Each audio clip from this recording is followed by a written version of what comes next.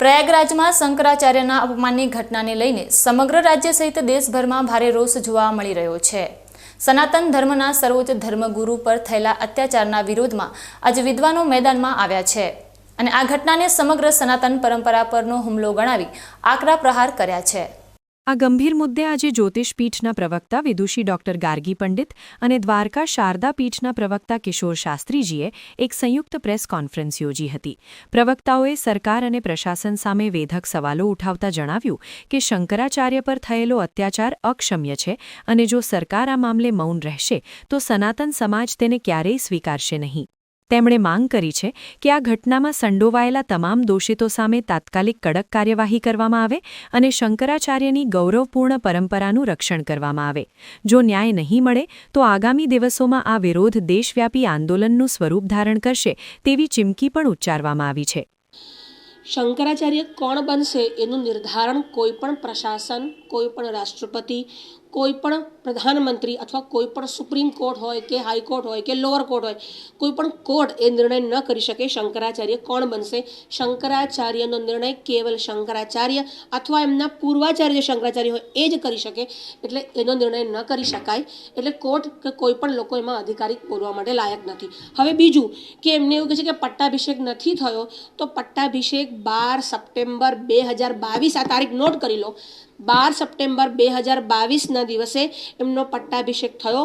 11 September 2022 પૂર્વાચાર્ય બ્રહ્મલીન થયા અને બીજે જ દિવસે એમનો પટ્ટાભિષેક થયો અને કોર્ટથી જે સ્ટે આવ્યો તે પટ્ટાભિષેક પરનો હતો અને એ સ્ટે 14 ઓક્ટોબર 2022 એટલે 1 મહિના અને 2 દિવસ પછી આવ્યો। અને કોર્ટના આદેશમાં એવું નથી કે શંકરાચાર્ય ન લખી શકે। વાત એવી છે કે પટ્ટાભિષેક હવે નહીં થાય તો ઓલરેડી 1 મહિના અને 2 દિવસ પહેલાં થઈ જ ગયો છે, એટલે ફરી કરવાની જરૂર નથી। એટલે કોર્ટ તો ઉલટું સમર્થન કરે છે કે આ શંકરાચાર્ય છે। હવે કોર્ટની વાતનું ઉલ્લંઘન કરી અને આ લોકો સુપ્રીમ કોર્ટની વાતનો અનાદર કરી રહ્યા છે પ્રશાસન। તમે લોકો કુંભ મેળાથી પરિચિત છો। માઘ મેળાનો પ્રચાર પ્રસાર ગુજરાતમાં નથી એટલે ખબર ના હોય। દર વર્ષે જ્યારે ઉત્તરાયણ આવે છે એ મહિનો આખો એટલે માઘ સુદ એકમથી લઈ અને અમાવસ્યા સુધી, ત્યાં અમાવસ્યાની જગ્યાએ પૂર્ણિમાએ મહિનો બદલાય છે, એટલે પૂનમથી પૂનમ સુધી આખો મહિનો પ્રયાગમાં ત્રિવેણી સંગમના કિનારે રહી ટેન્ટમાં રહેવાનું, સાદું ભોજન કરવાનું, જાતે બનાવવાનું અને લકડી ઉપર બનાવવાનું, ગેસનો ઉપયોગ નહીં કરવાનો, એવી રીતે રહીને કલ્પવાસ કરવામાં આવે છે। એ પરંપરા વર્ષોથી છે। આજે પણ પ્રયાગના માઘ મેળામાં 5000 ટેન્ટ લાગે છે અને 5000 ટેન્ટમાં લાખોની સંખ્યામાં લોકો ત્યાં કલ્પવાસ કરે છે। એટલે પ્રયાગનું મહત્વ કલ્પવાસની દ્રષ્ટિએ માઘ મેળાનું છે અને માઘ મેળો કહેવામાં આવે છે।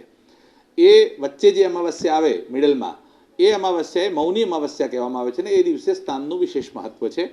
શંકરાચાર્યો, દંડી સંન્યાસીઓ, બાકીના સંન્યાસીઓ, વૈષ્ણવો, વૈરાગ્યો બધા જ એ દિવસે વિશેષ સ્નાન માટે જાય છે અને 4 કરોડ લોકોએ આ વખતે સ્નાન કર્યું છે, એટલે ત્યાં એ દિવસે સ્નાનનું મહત્વ છે। શંકરાચાર્ય જ્યોતિષપીઠ સ્વામી શ્રી અવિમુક્તેશ્વરાનંદ સરસ્વતી જ્યારે પરંપરાગત જે નિયમ છે એ પ્રમાણે પાલખીમાં બેસીને, પાલખી એટલે 4 લોકો જેને ઉપાડીને ચાલે, આપણે ડોલી વગેરે જોઈ છે, એ ડોલી પ્રમાણે 4 લોકો જેને ઉપાડીને ચાલે। હવે ઉપાડવાના કારણે થોડું ડિસ્ટન્સ વધારે છે એટલે નીચે પેલા ટાયર મૂકેલા ધક્કા મારીને ચાલે, એક પ્રકારની લારી કે થેલા જેવું, એ લઈને સ્નાન કરવા માટે પોતાના ભક્તો સાથે નીકળે ત્યારે પ્રશાસને રોકી અને અમને બધાને પકડીને કોલરથી શંકરાચાર્યથી દૂર કરી એમને અલગ જે અસ્થાયી પોલીસ સ્ટેશન બનાવ્યું છે એની અંદર બેસાડી રાખ્યા, એમને માર માર્યો। આ માર મારવાનું વસ્તુતઃ તો કોર્ટનો આદેશ એવો છે, જજમેન્ટ છે આપણે ત્યાં, અને સુપ્રીમ કોર્ટે ડિસાઇડ કરેલું છે કે જ્યારે કોઈની પણ તમારે ધરપકડ કરવી હોય 1997 SSC 416માં આ જજમેન્ટ સુપ્રીમ કોર્ટનું છે કે કોઈની પણ તમે ઇલીગલ એરેસ્ટ ન કરી શકો ને એરેસ્ટ કરવા હોય તો તમારે આટલી વસ્તુનું ધ્યાન રાખવું પડે, તમારે પૂછવું પડે, તમારે એને માહિતી આપવી પડે, શાના માટે એરેસ્ટ કરો છો, ક્યાં લઈ જાઓ છો, એને એરેસ્ટ મેમો આપવો પડે। આવી કોઈ જ પ્રક્રિયા કર્યા વગર પોલીસે ગેરકાયદેસર રીતે અટકાયત કરી, ગોંધી રાખ્યા, માર માર્યો। આ માર મારવાનો પોલીસને કોઈ અધિકાર નથી। બીજું, શંકરાચાર્યથી એમના ભક્તોને અલગ કરી દૂર લઈ જઈ અને શંકરાચાર્યને એકલા પાડી દીધા। જેને વાય કેટેગરીની સિક્યોરિટી સરકારે આપી છે, જેની પાસે વાય સિક્યુરિટી છે, એ માણસને, એ વ્યક્તિને, એ શંકરાચાર્યને તમે અલગ કરી દો અને એને પછી માઘ મેળામાં ગમે ત્યાં આમથી 1 કિલોમીટર આમ, 1 કિલોમીટર આમ, 1 કિલોમીટર, એમનો પ્લાન એ હતો કે શંકરાચાર્ય પાલખીથી નીચે ઉતરે, એમની જીદ હતી કે એમની સાથે કોઈ સ્નાન કરવા નહીં જાય, પોલીસ એમને લઈ જઈને સ્નાન કરાવશે। પોલીસ લઈને સ્નાન કરાવવાનો મતલબ એવો હતો કે લઈ જવા અને પછી એમને પતાવી દેવા, મારી નાખવા અથવા એમનું અપહરણ કરી લેવું। આ જે પ્લાન શાના માટે હતો એ સ્પષ્ટ કરવાની જરૂર છે. ભારતમાં ગૌવંશ હત્યા પ્રતિબંધ થાય અને ગૌમાતા રાષ્ટ્રમાતા ઘોષિત થાય એના માટે આ શંકરાચાર્ય અભિયાન ચલાવે છે. 3 વર્ષથી અભિયાન ચાલી રહ્યું છે. 2 વર્ષથી અભિયાને જોર પકડ્યું છે. મહારાષ્ટ્રમાં ગૌમાતા રાજ્યમાતા ઘોષિત થઈ છે. 2 રાજ્યોએ સરકારને ઠરાવ પસાર કરીને વિધાનસભાએ મોકલી આપ્યો છે. ગુજરાતમાં પણ આંદોલન ચાલ્યું છે, તમે બધા એના સાક્ષી છો. પણ આ ગૌમાતા રાષ્ટ્રમાતા ઘોષિત કરવાની જે માંગ શંકરાચાર્યએ કરી છે અને સંપૂર્ણ ગૌવંશ હત્યા પ્રતિબંધ કરવાની માંગ કરી છે, ત્યારે આ પોલિટિકલ પાર્ટી હોય, કોઈ પણ પાર્ટી હોય, એ લોકો કતલખાનાઓ પાસેથી પૈસા લે છે, પાર્ટી ફંડ લે છે. ભારતીય જનતા પાર્ટીએ પણ 250 કરોડ રૂપિયા કતલખાનાઓ પાસેથી લીધા છે.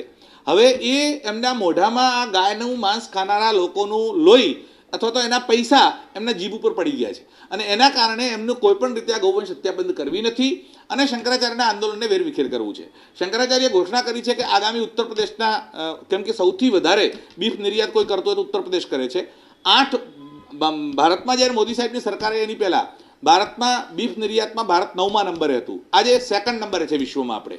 એટલે ગૌમાંસનો નિર્યાત વધ્યો છે ત્યારે એ ન રોકાય અને ઉત્તર પ્રદેશ એમાંથી 50% ગૌમાંસ ઉત્તર પ્રદેશ પૂરું પાડે છે. એટલે શંકરાચાર્યએ ઘોષણા કરી કે આગળની ચૂંટણીઓમાં અમે દરેક વિધાનસભામાં એક ગાયનો ઉમેદવાર ઊભો કરવાના છીએ.